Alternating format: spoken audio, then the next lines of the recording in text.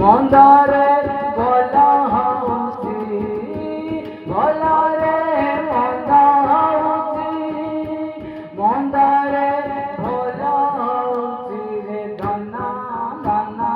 ଧନ ଗେଲ କରିବା ତୁ ମନ ଯା ଯା ମଲା ଯା ଯା ଧନ ଧନ ଧନ ତୋତେ ଗେଲ କରିବା ତୁ ମନ আরে দানা দানা দানা তোতে গেল করিবা মন মনটা ভারি সরল ভারি নিরীহ সে কাহাକୁ କିଛି କହେନି ସେ ସବୁବେଳେ ଗାଁ ଲୋକଙ୍କୁ କହେ ଆମ ଗାଁ ଲୋକ କେମିତି ଭଲରେ ରହନ୍ତୁ ଭଲରେ ବାହାନ୍ତୁ ଭଲରେ ଶୁଣନ୍ତୁ ଭଲରେ ବୁଝନ୍ତୁ ସେ ସବୁବେଳେ ଗାଁ ଲୋକମାନେ ଭଲରେ ରହନ୍ତି ମନୁଆ ସବୁବେଳେ ପାଇଁ ମୁରୁକି ମୁରୁକି ହସୁଥାଏ ସେ ମନୁଆ ନୁହେଁ ସେ ହଉଛି ସୁତା ଆରେ ସେ କଣ କରିବ ତା ଭାଗ୍ୟ ତ ଖରାପ ସେ କଣ କରିବ ସେ ସବୁବେଳେ ରୋଗରେ ରୋଗରେ ହେଇ ସେ ମରି ହେଲେ ମନୁଆ କଣ କରିବ ମନୁଆକୁ ଦିନେ ଆସି ବାପ ବୋଉ ତାର କରିବ ସେ କଣ କରିବ ବାପା ବୋଉ ଯାଇଛନ୍ତି କାମକୁ ସେ କାମରୁ ବେଳବେଳକୁ ଆସିବ ସେଇଠୁ ମନୁଆକୁ ଜଣେ ଆସି କହିଲା ଏରେ ମନୁଆ আরে যাত্রা হଉଛି তু ଯିବୁ ନାହିଁ ସେ କଣ କରିବ ସେଇଠୁ ମନୁଆର ବାପା ବୋଉ ବେଳକୁ ଆସିଲେ ମନୁଆର ଚିନ୍ତା କେମିତି ଯାତ୍ରା ଦେଖିବ ସେଇଠୁ ମନେ ମନେ ଚିନ୍ତା କଲା ବାପା ମା ସେଇଠୁ ଆସିଲେ ଯେମିତି ବାପା ବୋଉ ଆସିଲେ ମନୁଆ ସେଇଠୁ ବୋଉ ଉପରକୁ ଡେଇଁ ପଡ଼ିଲା ସେଇଠୁ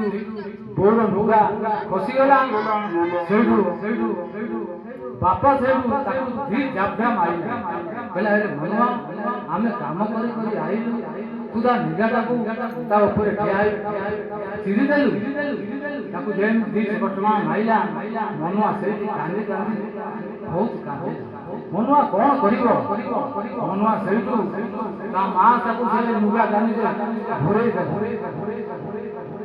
ମନୁଆ ସେଇଠି ତାକୁ ମା କହିଲା ଯାହା ହଉ ନା କାହିଁକି ମୁଁ ତାକୁ ଯାତ୍ରା ଦେଖିବା କରିବି ଏମିତି ବାଟରେ ତାକୁ କାଖେଇକି ମନୁଆକୁ ନେଲା କିଛି ଦିନ ଗଲା କିଛି ବାଟ ଗଲା ଗୋଟେ ଅଟୋ ଡ୍ରାଇଭର ତାକୁ ନେଇକି ଗଲା ସେଦିନ ପାର୍ବତୀ ଗଣନାଟ୍ୟ सुपर हिट नाटक जे जे तुमे राष्ट्रपति पुरस्कार सेदिन यात्रा देखिला से ऑटो ड्राइवर ताकू यात्रा देखिला सेठू माँ को कहला मालो मते हेई थाए 3 वर्ष तू से तो 10-12 वर्ष पिला को सब गप कहउथलु से गप कहिले कोन होन जाय माँ कहला तू तो 3 वर्ष तू से कथा कौन मन रखी मनुआ कहला तू परा होइछ मोर माँ जगत जननी माँ तू होइछ मोर भाई भाई माँ मंगला माँ दुर्गा मु तो आखि मिसाई सबु जानी पाए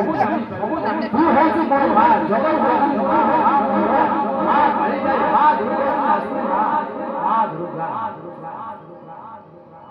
तू गप कहू मु जानी पारि ना तो आखि मिसाई मु सबू बुझी तू से गपटा कह यात्रा आरंभ हो 12टा से जाए 7टा बेले पहुंची जाए मालो तू सही माँ सही कहला किछि दिन गला राजा रानी राजा राजूति करुला राजा बुढ़ा सबु लोक माने आसी कहिले तुमको तो बयस है तेमे आ राजूति करि पारिबोनी आमे माने राजूति करि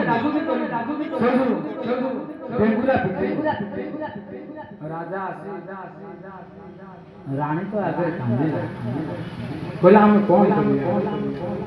ଆମର ତ ଛୁଆ ପିଲା ନାହିଁ ଆମ ରାଜୁତି କରିବ ସେ ଅଧିକାରଟା ଆବରଣ କରିବ ସେଇଠୁ ରାଜା ସେ କହିଲା ଆମ ଭାଗ୍ୟ ତ ନାହିଁ ଆମେ କ'ଣ କରିବା ସେଇଠୁ ସ୍ୱାମୀ ସ୍ତ୍ରୀ ଜଗତର ଜଗନ୍ନାଥଙ୍କୁ ଡାକିଲେ ହେ ପ୍ରଭୁ ଆମ ଗୋଟେ ଛୁଆଟେ ଦେଲେ ଆମର ସିଂହାସନଟା ଆବରଣ ହେବ ଏମିତି ପଢ଼େଇ କହିଲେ ଓଡ଼ିଶାର ଶ୍ରୀ ଜଗନ୍ନାଥ ଆମର ପ୍ରସିଦ୍ଧ ସେଇଠୁ ଆସିକି କହିଲେ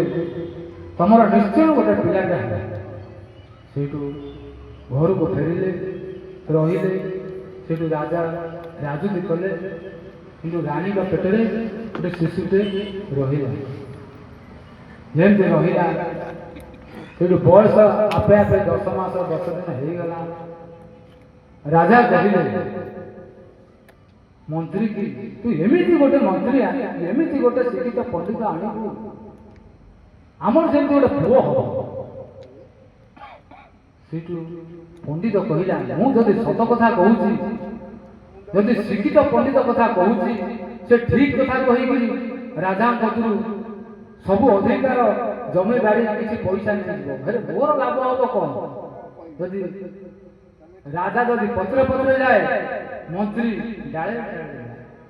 ସେ କ'ଣ କରିବ ସେଇଠି ଭାବିଲା ତମେ କ'ଣ ଭାବୁଛ ରାଜା କ'ଣ ଭାବୁଛ ମନ୍ତ୍ରୀ ନା କ'ଣ କରିବା ଶିକ୍ଷିତ ପଣ୍ଡିତ ଆଣିବି ସେଇଠୁ ମନ୍ତ୍ରୀ ଭାବିଲା ମୁଁ ଶିକ୍ଷିତ ପଣ୍ଡିତ ଆଣୁଛି ମୁଁ କିଛି ଲାଭ ପାଇବି ସେଇଠୁ ମନେ ମନେ ଭାବିଲା ମୁଁ ଅଶିକ୍ଷିତ ପଣ୍ଡିତ ଆଣିବି ଅଶିକ୍ଷିତ ପଣ୍ଡିତ ଆଣିଲେ ମୁଁ ଯାହା କହିବି ମୋର କିଛି ଅଜୟ ହବ ତାକୁ ଦେଲେ ଦେବି ନଦେଲେ ସେଇଠୁ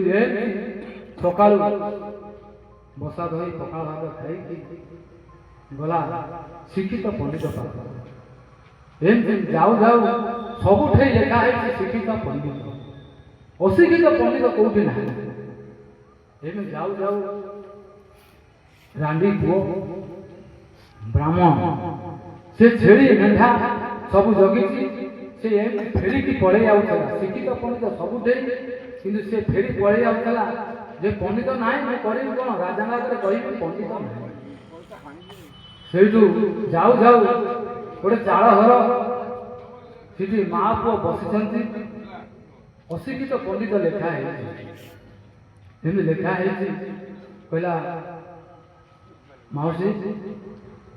ଆଉ ତମ ପୁଅ ନା ମୋର ନା ତାହେଲେ ରାଜା ଡକେଇଛନ୍ତି ଆପଣଙ୍କୁ ମାନେ ଯେମିତି ହେଲେ ଗୋଟେ ପୁଅଟେ ହେବ ନା ମୁଁ କିଛି ଜାଣିନି ବାପା ଆମର ଥିଲା ମରିଗଲେ ମୁଁ କ'ଣ କରିବି ମୁଁ କିଛି ଜାଣିନି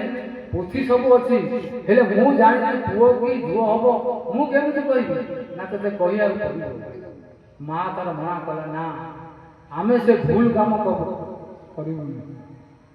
ଆମର ଛେଳି ମେଣ୍ଢା ଗାଈ ଭଲ ତ ଆମେ ଭଲ ଆମେ ନା ଘର 10,000 ସେଇଠୁ ମା ତାର କହିଲା ଯେତେବେଳେ ପଇସା ଦେଲେନି ଆମେ ଦେବା ଯିବା ନା ନାଇଁ ନାଇଁ ଆମର ସେ ଭୁଲ କାମ କରିବା ନାହିଁ ଆମେ ବାପା ଥିଲେ ସେ ଠିକ କରୁଥିଲେ ଆଉ ଆମେ ଭୁଲ କାମ କରିବା ନାହିଁ ସେଇଠୁ ମନେ ମନେ ସ୍ଥିର କଲା ହଉ ଯା ତୋର କିଛି ହବ ନାହିଁ ନା ସେ ମୁଁ ଯଦି ଭୁଲ କଥା କହିବି ରାଜା ମୋ ବେକକୁ ଛେଦନ କରିବେ ସେଇଠୁ ମନେ ମନେ ସେଇଠୁ କହିଲେ ହଉ ତମେ ଯାଅ ତମେ ଶୁକ୍ରବାର ଦିନ ଯିବ ସେଇଠୁ ବ୍ରାହ୍ମଣ ପୁଅ ସେଇଠୁ ଧୀରେ ଧୀରେ ଟୋକା 13-14 ବର୍ଷ ସେ ସେଇଠୁ କ'ଣ କଲା ଲୁଗା ପିନ୍ଧି ଗାମୁଛା ଖଣ୍ଡେ କାନ୍ଦି ଚାଲିଲା ରାଜା ସେଇଠୁ ବିକ୍ରାନ୍ତ ହେଇ ହଣ୍ଟର ଧରିକିରି ବୁଲେଇଲେ ଆଉ ଯେତେବେଳେ ତମେ କହିଦେବ ସକାଳୁ ଆସିବ ମନ୍ତ୍ରୀ ମହାଶୟ ଆଉ ଏତେ ଡେରି ହେଲା କ'ଣ ସେ ଆଉ କରିବ ସେ ସେଇଠୁ କହିଲା ଡେରି ହେଲା ସେତେବେଳେ ତ ଫୋନ୍ ଫାନ୍ ନାହିଁ କିଛି ନାହିଁ କରିବ କ'ଣ ସେ ଢାଳ ଖଣ୍ଡେ ଧରି 5 ଜଣ ଗୋରୁ ଗାଈ 5 ଜଣରେ ଧରି ଚାଲିଲା ଛୋଟ ପିଲାଟା ସେ ତ କିଛି ପଣ୍ଡିତଗିରି କରେନି ସେଇଠୁ ରାଜା ସେଇଠୁ ବିକ୍ରାନ୍ତ ହେଇ ଚାଦର ଧରି ବୁଲଉଥାନ୍ତି हेले पंडित भाई जे पहुंची गले राजा देखिदेले अरे ये कौन पंडित ना बाबू राजा महोत्सव तुम जाने ये हूँ बापा मरी जाइए